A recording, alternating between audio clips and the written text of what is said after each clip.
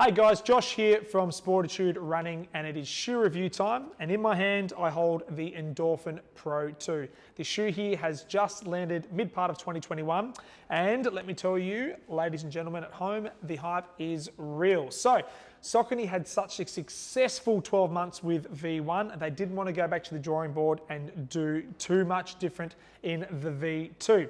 So with today's review, we're going to talk about the changes and talk all things outsole, midsole, upper, profile the runner that could be considering this shoe, give you all the information you need at home to, who knows, throw this into your race day kit. So without further ado, let's get stuck in. Okay guys, let's talk about the outsole. So when we're comparing version 2 versus version 1, you can see other than the color, nothing has changed. So what Saucony have done is essentially most of the outsole is filled in through the forefoot. So essentially this is where most of the load and the high velocity of movement occurs within this race day shoe.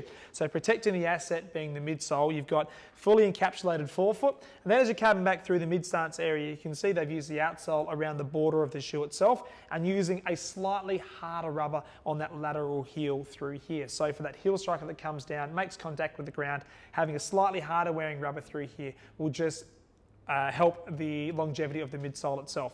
Coming through to the midsole now, this is essentially where all the goodness happens within this shoe. So talking about the stack height first, it's an 8mm heel to toe drop on a 35.5mm heel and a 27.5mm forefoot, and that's the same both men's and women's.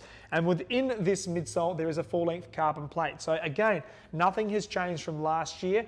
Exactly the same midsole, the carbon plate positioning is exactly the same, and Saucony are using their Power Run PB foam. So a really responsive foam underneath the foot. So when you're talking about your carbon plate running shoes out there, there's probably more of a generosity between the Next Percents and the Alpha Flyers and your RC Elites from New Balance being marginally softer. That foam tends to compress a little bit more. Then when you're talking around your Saucony Endorphin franchise, they tend to be a little bit firmer underneath the foot. Now, still relatively cushioned, not going to take that away from them, but certainly a little bit snappier and a little bit more responsive. And that carbon plate, when the shoe itself runs right down to the forefoot, the carbon plate does dip from your mid-stance to your forefoot, so it gets a little closer to the ground, and the idea there is so you engage your metatarsal heads to generate that snappy propulsive feel on your toe off. Now coming to the upper, this is where Saucony have put some time and effort and made some minor adjustments to this shoe. So it's still a very lightweight, very breathable upper, so they haven't gone and made it thinner. All they've done is really just change the positioning of the ventilation holes within the shoe itself. So it's the exact same weight, pretty much the same feel up top as well. So they haven't changed the sizing, be it length and the depth and width.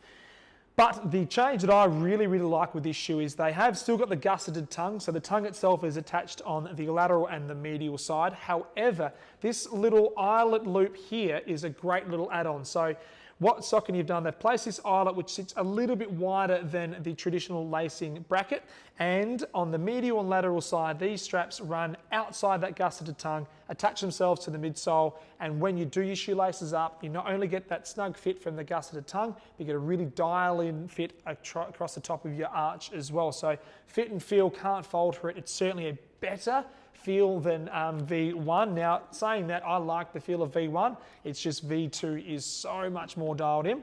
And the other small little feature, which I'm going to call it out because it is a change, is this tiny little pull tab at the back.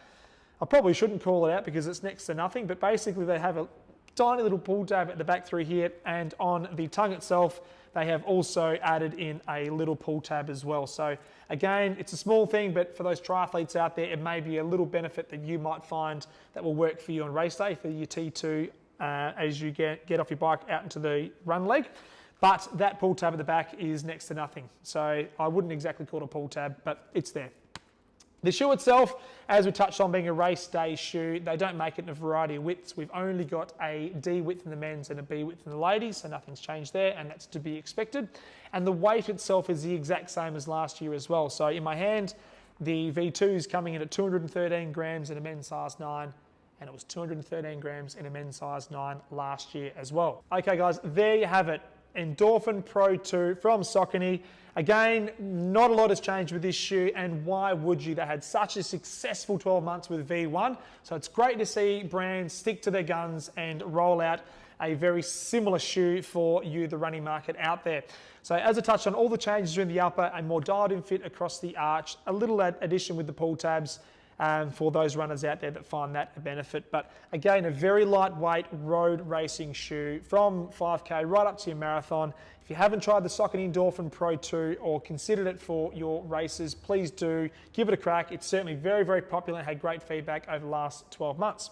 Now, if you've got any questions on this shoe, be it if you've used V1, let us know in the comment section below. If you've been one of the lucky ones to get V2 early days, also drop a comment in the video below and let us know your thoughts on this shoe. And if you've got any questions, queries or theories with regards to carbon plates out there, let us know. And if you haven't subscribed to our channel, guys, please hit the red button down below. Hit the bell notification button as well, because we'll keep pumping out these shoe reviews for you, the running community out there. And until next time, stay safe, happy running, be kind to one another, and we'll see you out on the road. Take care.